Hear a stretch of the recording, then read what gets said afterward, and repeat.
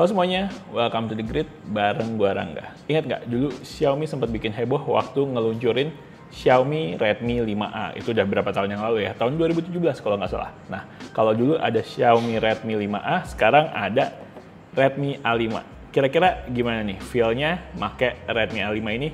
Yuk kita bahas. Tapi sebelum lanjut, jangan lupa subscribe ke channel The Grid. Karena di channel ini kita bakal banyak ngomongin tentang gadget, desain, dan teknologi dalam kehidupan sehari-hari.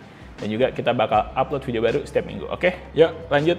Kita bahas Redmi A5. Ada beberapa hal yang menarik dari Redmi A5 ini. Tapi hal pertama yang menurut gue menarik adalah harganya. Harganya ini cuma 1.199.000, sejutaan kecil. Tumben ya bahas harga di awal, nggak apa-apa sekali-sekali. Nah, menurut gue Redmi A5 ini secara value tuh lebih besar atau lebih tinggi dibanding harga jualnya. Apa aja kira-kira hal yang menarik dari Redmi A5 ini? Hal pertama yang menarik adalah desainnya. Desain dari Redmi A5 ini menurut gue nggak kayak smartphone 1 jutaan. Looks-nya tuh kelihatan mewah. Unit yang gue pegang ini, nama warnanya itu adalah Sandy Gold. Nah, sesuai namanya, kombinasi warna keemasan tapi warna emasnya tuh nggak terlalu ngejreng. Jadinya bikin terlihat premium dan mewah. Cakep nih, gue suka warnanya. Di frame kameranya juga ada aksen warna keemasan, tapi beda warna ya dengan warna bodinya. Ini bikin Redmi A5 ini jadi makin tampan. Tapi biarpun looks-nya itu kelihatan premium atau kelihatan mewah dilihat dari jauh, tapi begitu dipegang, build quality-nya langsung kerasa bahwa ini adalah smartphone bukan dengan body metal, tapi emang bodinya itu dari polikarbonat. Secara looks mewah, tapi secara build quality, secara materialnya menurut gue ya sesuai lah dengan harganya di smartphone 1 jutaan. Oke, sekarang ke sisi depannya. Untuk sisi depannya sendiri ada layar berukuran lumayan besar 6,88 inch dengan resolusi HD+ 1640 x 720p. Resolusinya masih HD ya, jadi belum Full HD. Tapi yang menarik adalah biarpun resolusinya masih HD, refresh rate-nya itu udah 120 Hz. Balik lagi, ini smartphone harganya 1 jutaan kecil nih, 1,2 juta.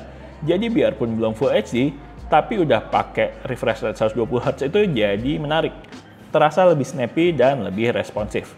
Untuk kualitas layarnya sendiri udah mencukupi lah, tapi jangan berekspektasi lebih aja. Dia panelnya itu IPS LCD dan resolusinya sekali lagi 720p. Jadi cukup aja untuk kebutuhan basic, menurut gue udah mumpuni banget. Kemudian apalagi nih yang menarik? Nah, yang menarik dari Redmi A5 ini adalah operating systemnya. Menurut gue ini salah satu faktor yang paling menarik dari Redmi A5 ini. Dia tidak menggunakan HyperOS seperti smartphone Xiaomi pada umumnya. Terus pakai apa dong? Redmi A5 ini menggunakan software Android Go Edition versi 15. Android Go Edition sendiri bisa dibilang sebagai versi light atau versi ringan dari Android ya. Jadi ini akan berjalan cukup lancar meskipun hardware yang digunakan bukan hardware yang terbaik atau hardware yang tercepat. Dan ya, menurut gue valid. Android Go Edition ini berjalan sangat lancar, cukup lancar di hardware yang bisa dibilang bukan spek tertinggi atau spek yang tercepat. Bahkan dengan kebutuhan mendasar, kayak misalkan RAM-nya misalkan cuman 4 GB, itu berjalan lancar-lancar aja. Nggak banyak customisasi aneh-aneh, jadi cocok nih buat kebutuhan basic-basic. Tapi tetap ada ya, customisasi dari Xiaomi, kayak aplikasi-aplikasi bloatware yang udah ke-install out of the box. Tapi secara software ini benar-benar bukan HyperOS ya. Emang basisnya dia tuh Android Go Edition yang ditambahin apps Xiaomi aja, dan icon-iconnya ya icon-icon Xiaomi lah. Tapi sisanya ini Android Go Edition.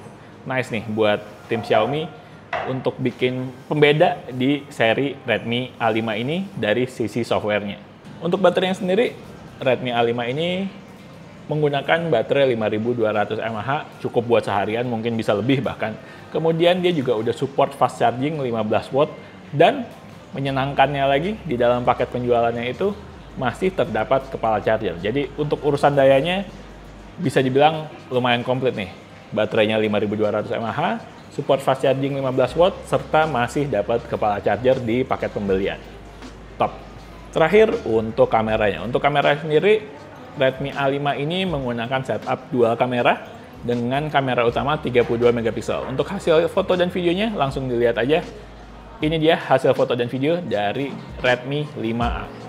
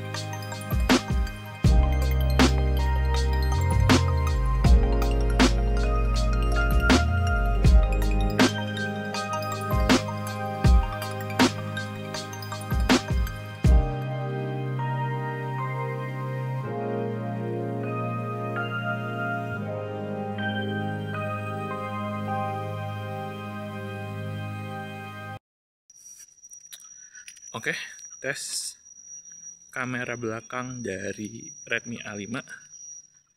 Dia tuh optionnya cuma ada dua, 720p sama 1080p, dan cuman punya frame rate 30 second. Jadi 1080p, 720p, 30 fps, nggak ada pilihan 60 fps. Kurang lebih kualitasnya kayak gini untuk kamera belakang dari Redmi A5. Cek ya.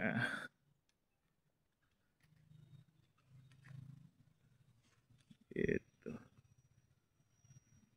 Zoom bisa, tapi kualitasnya kurang lebih kayak gini. Ini ke 6 kali nih mentok.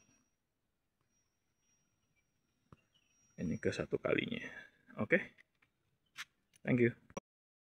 Nah, sekarang kita tes kamera depan dari Redmi A5. Sama, pilihannya cuma ada 720p, 1020p, 30 fps, nggak ada pilihan 60 fps.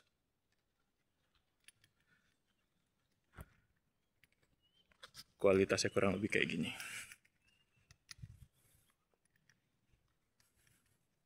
Gimana? Untuk harganya yang cuman 1,2 juta, apakah udah cukup baik? Silakan dilihat dan dinilai sendiri ya. Oke? Thank you. Overall menurut gue Redmi 5A ini adalah smartphone dengan value yang punya nilai lebih dibandingkan dengan harganya. Jadi ngingetin gue emang sama Redmi 5A dulu.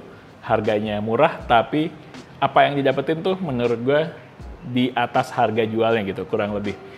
Kemudian ini cocok buat siapa? Menurut gue Redmi A5 ini cocok buat orang tua, misalkan bokap nyokap lo yang udah tua dan nggak terlalu fasih megang smartphone. Menurut gue secara UI ini cukup gampang dioperasikan. Kemudian mungkin buat anak sekolah, anak sekolah yang baru mau punya HP gitu, mungkin misalkan lo punya anak masih SD gitu, mau punya HP pertama, menurut gue Redmi A5 ini bisa dijadikan pilihan. Ada kekurangannya nggak? Kekurangannya pasti ada lah ya.